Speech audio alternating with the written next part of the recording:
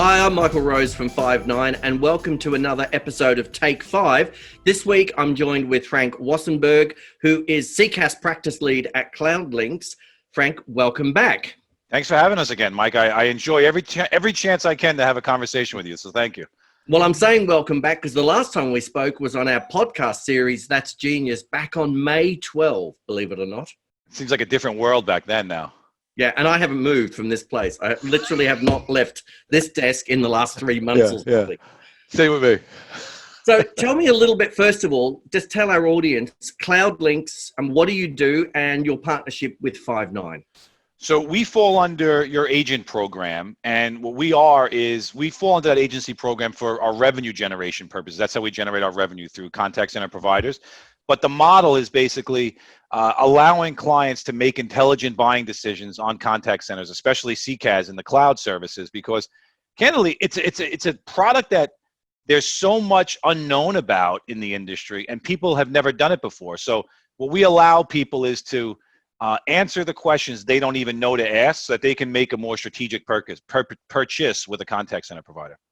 Right. And, you know, we spoke last time and we were just starting to get into sort of the world of the pandemic. What have you been seeing at Cloudlinx? You know, what's your experience over the last few months been like? You know, it depends on really what avenue you're talking about, really. I mean, from a client perspective, we had a lot of clients kind of just level off and say, let's see what happens. And the ones that move forward have really moved forward because they've recognized inherent weaknesses in their platforms. You know, things like gamification are becoming super important for them. Mm-hmm. Things like workforce management that they didn't really think as a strategic tool are now becoming a strategic tool, because they want to do staggered starts. They want to do staggered entry into buildings. They want to make sure everyone's lunches are coordinated properly. You know, they want to make sure people can work at home and properly manage these things. So things that people didn't really concern themselves about too much have now taken on a more important part of the business, because they need to diversify where the people are going to be working. Yeah, and you talked a little bit there about work from home. Is your experience being that everybody worked from home and now we're seeing a bit of a hybrid model, or are people still predominantly working from home? So we've seen a good amount of people working from home. What we found was, depending on the industry, because we don't really have like an industry vertical that we specialize in, we find that it's better to have a cross section of industries that we work with, because we can take things that work in one and use them in another. But depending on the industry, in this case, we found that a lot of people were still trying to bring their people into the office because they were stuck on premises-based systems that just couldn't accommodate what they were trying to do. That's the clients that we had.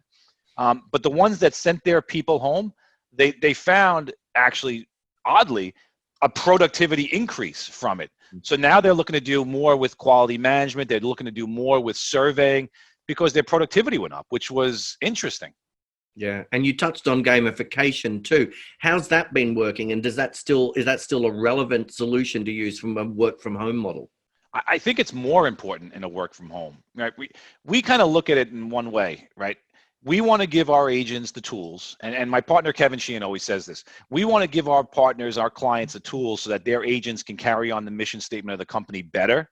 So what we try to do is enable that agent to see how they're doing, to measure themselves against the bar, and really target the middle group of people so that you can have massive productivity gains. And they already have seen that people are working more from home. Now clients want to reward them more, and they want to give them more tools to be empowered. And that's just one of them. Yeah, and that's just, well, okay, you said that's just one of them. What are some of the other tools that you're seeing an uplift of so that people can actually better connect with their work from home agents?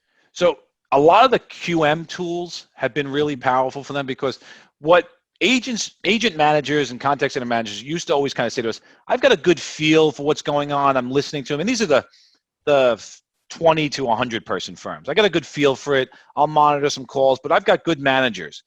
And now it's, yeah, you've got good managers, but now you can't have that same feel. So QM, keyword management, reviewing the calls has become more important as well, because they want to see what's happening. And the only way to do that is through an efficient QM tools, as well as surveying.